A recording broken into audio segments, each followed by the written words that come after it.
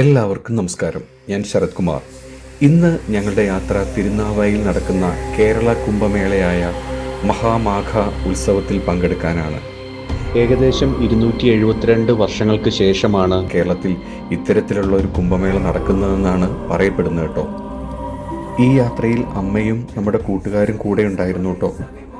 പ്രയാഗ്രാജിൽ നടന്ന കുംഭമേള കാണാനുള്ള ഒരു ഭാഗ്യം എനിക്കുണ്ടായിരുന്നു. ആ ഒരു എക്സ്പീരിയൻസിൻ്റെ ഓർമ്മകളാണ് യാത്രയിലുടനീളം മനസ്സിൽ നിറഞ്ഞു നിൽക്കുന്നത്. മോഹൻജി ഫൗണ്ടേഷനും മാതാ അമൃതാനന്ദമയി മഠവും സംയുക്തമായിട്ടാണ് കേട്ടോ ഈ കുംഭമേള നടത്തുന്നത്.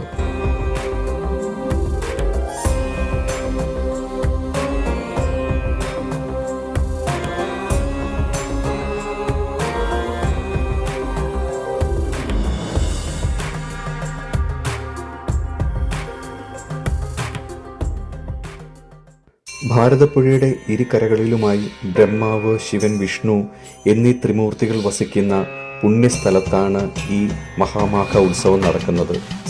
അതുകൊണ്ട് തന്നെയാണ് ഇതിന് ഇത്രയേറെ പ്രാധാന്യമുള്ളത്. ഈ പുണ്യഭൂമിയിൽ എത്തിച്ചേരാൻ 2 വഴികളുണ്ട് കേട്ടോ. ഒന്ന് തവന്നൂർ ദേശം വഴിയും ഒന്ന് തിരുനാവാവ് വഴിയും. എനിക്ക് തോന്നുന്നു തവന്നൂർ വഴി വരുന്നതായിരിക്കും ഇവിടെ എത്തിച്ചേരാൻ ഏറ്റവും എളുപ്പം.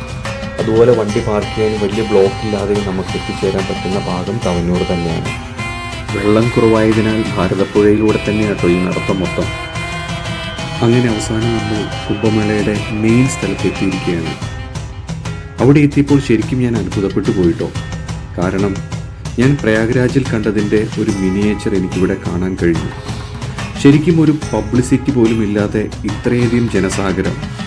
ഇത് എല്ലാവരും ഇവിടെ വന്ന് എക്സ്പീരിയൻസ് ചെയ്താലേ മനസ്സിലാവുള്ളൂ. ഇതൊക്കെ നമ്മുടെ ജീവിതത്തിൽ കിട്ടുന്ന അപൂർവ ഭാഗ്യങ്ങളിൽ ഒന്നാണ്.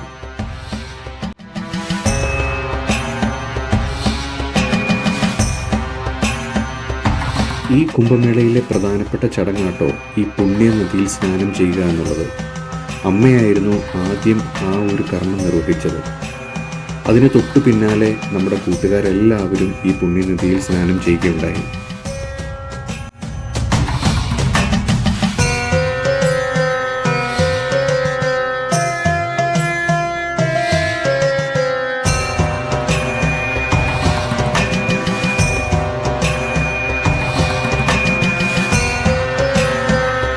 എല്ലാ പുണ്യനദികളെയും മനസ്സിൽ സ്മരിച്ചുകൊണ്ട് ഞാനും ഈ പുണ്യനദിയിൽ സ്നാനം ചെയ്യുകയുണ്ടായി.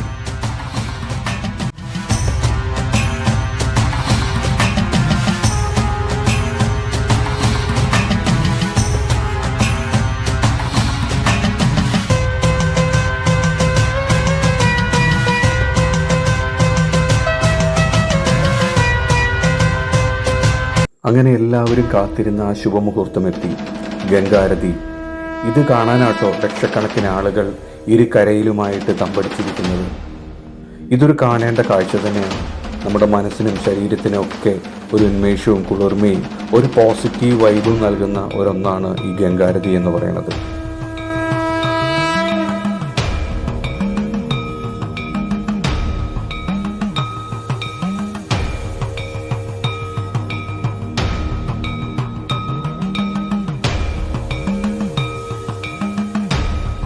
കാശിയുടെ തീരത്തുള്ള ഗംഗാതീരത്താട്ടോ ഇത്തരത്തിലുള്ള ഗംഗാരതി പതിവായി നടക്കുന്നത്.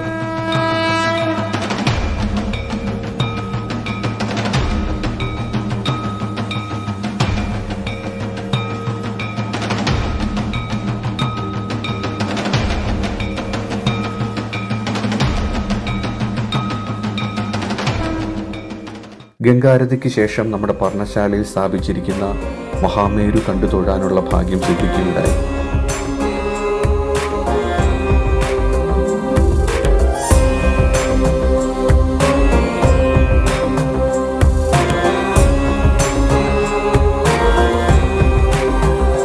അഘോരി സന്യാസികളുടെയൊക്കെ സാന്നിധ്യം ഈ കുംഭമേളയിൽ ഉണ്ടായിരുന്നു കേട്ടോ.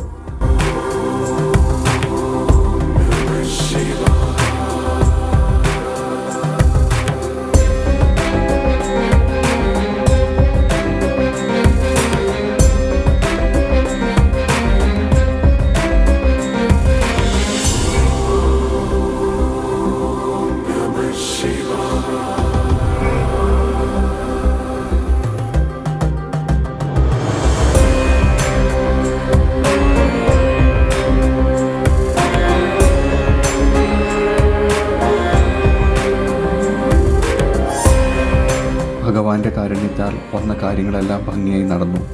ഇനി തിരിച്ച് വീട്ടിലേക്ക്. ഈ വീഡിയോ ഇഷ്ടപ്പെട്ടാൽ നിങ്ങളുടെ വിലയേറിയ അഭിപ്രായങ്ങൾ കമൻറ്റ് ബോക്സിൽ രേഖപ്പെടുത്തുക. അപ്പോൾ പിന്നെ കാണാം കേട്ടോ. ബായ്.